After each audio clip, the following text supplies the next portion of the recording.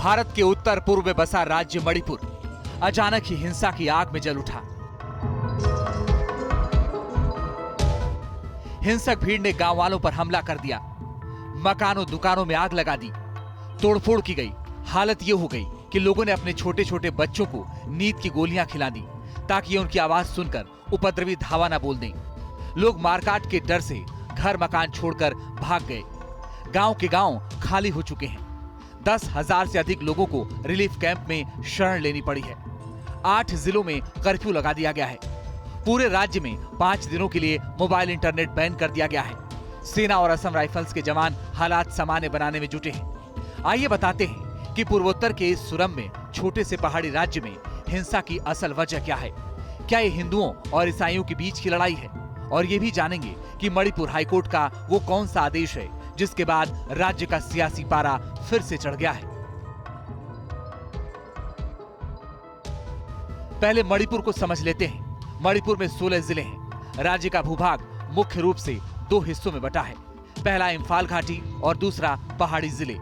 इम्फाल घाटी में 5 जिले हैं। इनमें मैतेई समुदाय का बोलबाला है।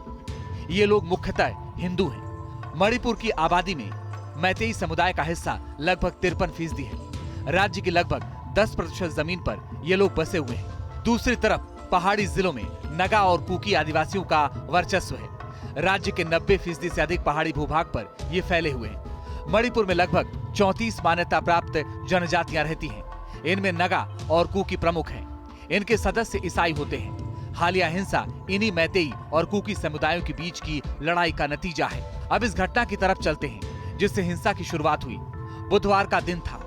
एक छात्र संगठन all tribal student union Manipur ने राज्य के 10 पहाड़ी जिलों में आदिवासी एकता रैली का आह्वान किया था। यह रैली गैर आदिवासी मैतेई समुदाय को अनुसूचित जाति का दर्जा देने की मांग के विरोध में बुलाई गई थी। हजारों लोग रैली में शामिल हुए। रैली शांतिपूर्ण तरीके से चल रही थी।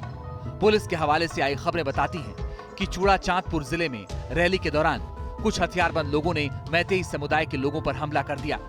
इसकी प्रतिक्रिया हुई। मैतेई समुदाय के लोग भी टूट पड़े। देखते ही देखते हिंसा की आग ने आसपास के जिलों को भी अपनी चपेट में ले लिया।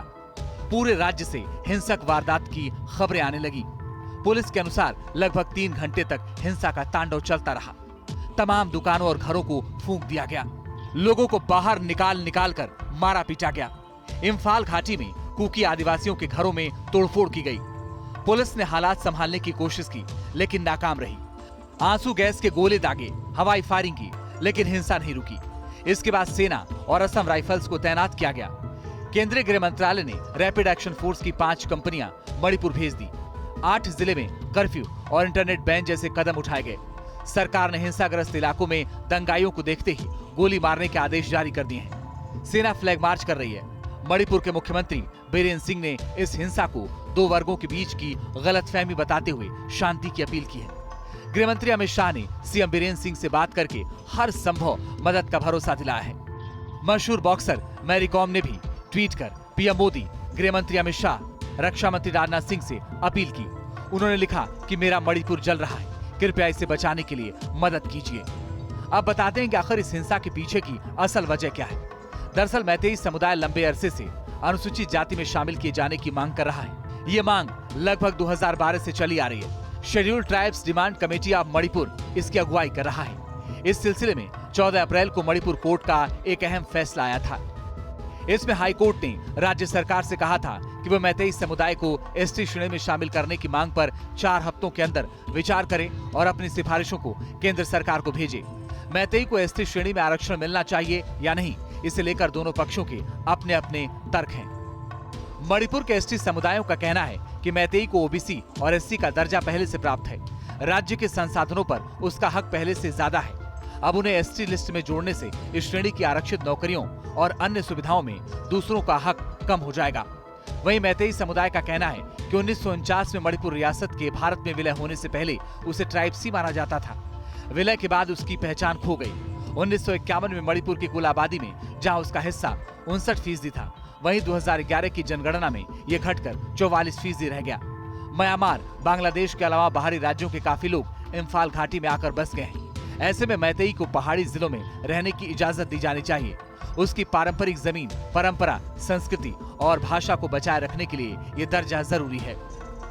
आरक्षण की इस लड़ाई के अलावा कुकी समुदाय की नाराजगी की एक वजह और बताई जाती है। सीएम बीरेंद्र सिंह की सरकार पहाड़ी इलाकों में आदिवासियों के बहुत से ठिकानों को अवैध बताकर बेदखली अभियान चला रही है। इससे भी उनमें नाराजगी है और वो इसके लिए मैतेई समुदाय के शासन प्रशासन में प्रभुत्व को जिम्मेदार ठहराते हैं। इसके लिए मुख्यमंत्री पर आदिवासी विरोधी एजेंडा चलाने के भी आरोप लगते हैं। यही वजह है कि हाईकोर्ट के आदेश के बाद आदिवासियों ने रैली के जरिए अपनी एकजुटता दिखाने की योजना बनाई थी, लेकिन उससे हिंसा की ऐसी आग लगी कि पूरा राज्य ही जलने लगा।